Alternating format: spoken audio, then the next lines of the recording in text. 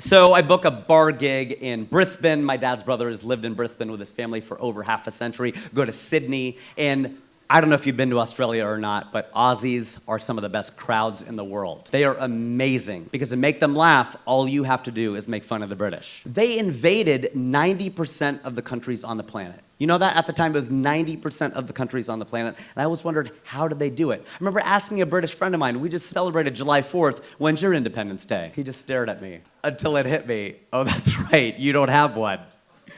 You just have days that other countries gain their independence from you. But how'd they do it? I think it's that voice. That British accent does something to people. We're either intimidated by it, we're scared of it, we find it sexy. Something's going on with that voice. It just gets people. The thing is, we kicked them out of the United States over 200 years ago.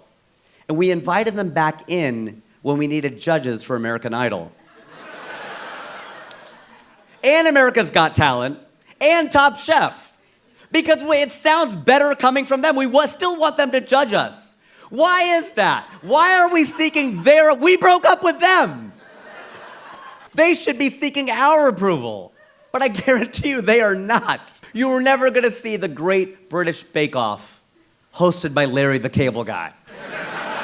You can use the British voice to your advantage. If you ever need a late checkout from a hotel, use the British voice. Because Azhar and I were in Hyderabad, and we've been talking and solving the world's problems till 6 in the morning. We realized we need a late checkout.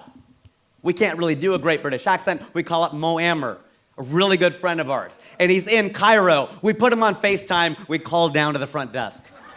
He can do a spot on British accent. I can't. I'm an Indian guy doing an impression of a Palestinian guy doing an impression of a British guy. So, Polaroid in the sun, okay? It's not gonna be quite as good, but he goes, Cheerio, could you just be a dear? And do you mind giving us, our flight got rerouted through Spain. Is there any way maybe you can give us like a 4 p.m. checkout?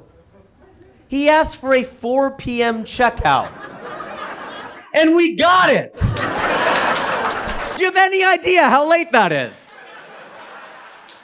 That's an hour later than the check-in of the next day. That is a really late checkout. And by the way, my wife's family hates this show because they're Gujarati and they run hotels and stop telling everybody how to get a late checkout. It's because everything sounds right in that accent. If I say to you right now, sir, 2 and 2 is 5, you're like, no, it's not. But if I go 2 and 2 is 5, love, you got to think about it. That's right.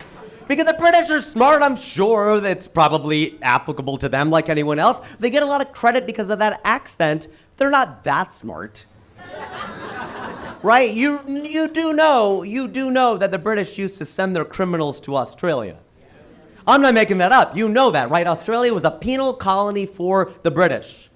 But I don't know if you've been to Australia. It's a way better place than England. It's warmer, it's larger, cooler animals.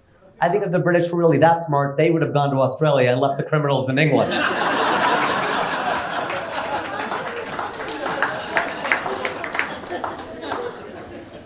So true.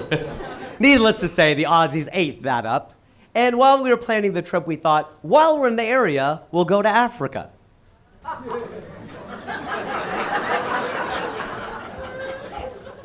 Clearly, we went to U.S. public school.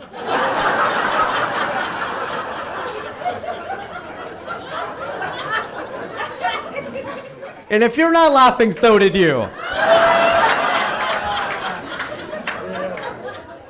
Because Africa is nowhere near Australia. We found this out the hard way. We're like Southern Hemisphere. How far could it be? Really, really far. I got news for you. The Southern Hemisphere is just as big as the Northern Hemisphere. 18 hours later, after connecting through Singapore, we land in Johannesburg. And we loved South Africa because my wife's mom was born in South Africa. In fact, we have a lot of family down there, and we loved it. We loved everything about South Africa, except for the name. They sort of gave up when they named the place, didn't they? What direction is it? South. What continent? Africa. Done. We're not going to put any more thought into this at all. Then again, we do the same thing here in the United States. We have stores here called mailboxes, etc. Linens and things. Bed Bath Beyond. What's the etc.? What things? Anything could be in that Beyond section. What's in it? We flew home through Paris, so that was Europe for us. And the French, being the French, insisted that every comedian on the lineup at this bar gig do at least one joke in French. I've not taken French since college. Does anyone here know what the word is for now in French? Wow, look at this, very cultured audience. Literary and cultured, I love this. That's right, maintenant. Maintenant. 3 syllables, that's a long word for now. By the time you get finished saying maintenant, it's no longer maintenant. They like that one too, okay. Good, glad.